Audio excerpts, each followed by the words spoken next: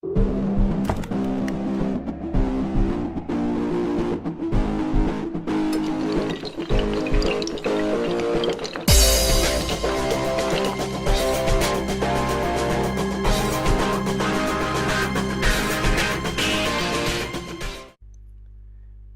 c'est Thomas du blog objectifleader.com.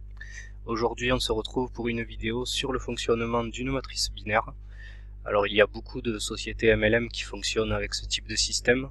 J'ai donc trouvé intéressant de vous partager cette vidéo et ce slide pour vous expliquer un petit peu le fonctionnement d'une matrice binaire, les différents termes que l'on peut retrouver autour de ce genre de système, et éventuellement les stratégies à mettre en place pour faire croître plus rapidement un tel système. Première chose à savoir sur le binaire, c'est que déjà votre équipe va être scindée en deux parties, une équipe gauche et une équipe droite.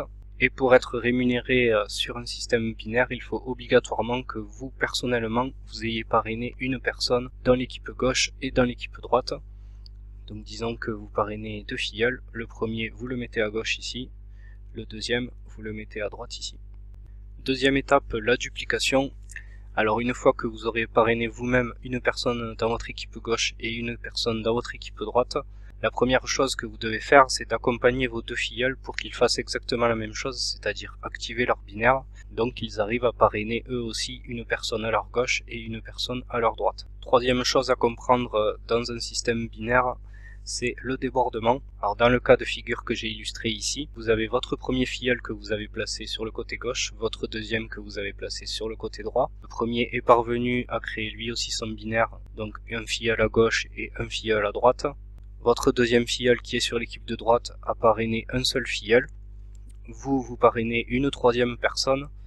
Vous pouvez le positionner juste en dessous de votre deuxième filleul. C'est ce que l'on appelle le débordement. Ça va se faire comme ceci en cascade tout le long du réseau. Quatrième point, l'équipe forte et l'équipe faible. Vous entendrez souvent dans le jargon de la matrice binaire ces termes d'équipe forte, d'équipe faible. Vous pouvez aussi entendre jambes fortes, jambes faibles. Quoi qu'il en soit, dans un système binaire, vous serez toujours rémunéré sur votre équipe la plus faible. Il faut que vous preniez en considération que chacun de vos filleuls amène un certain chiffre d'affaires. Donc si là je prends l'équipe de gauche, le premier filleul a 500 points, le filleul qui l'a parrainé lui-même a 100 points, le deuxième filleul a 500 points également. Du côté droit, le deuxième filleul que vous avez parrainé vous-même a 1000 points, celui qui l'a parrainé lui en a 500, et le troisième que vous avez parrainé, que vous avez mis dans le débordement du deuxième filleul, a un chiffre d'affaires de 500 points.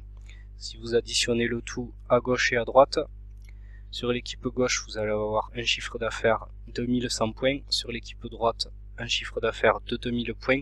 La société va vous rémunérer sur ce chiffre d'affaires qui est le plus faible, c'est-à-dire 1100. J'espère que ces explications vous auront été utiles et vous auront permis de comprendre un peu mieux le fonctionnement d'un système binaire. Je vous dis à très vite pour une prochaine vidéo.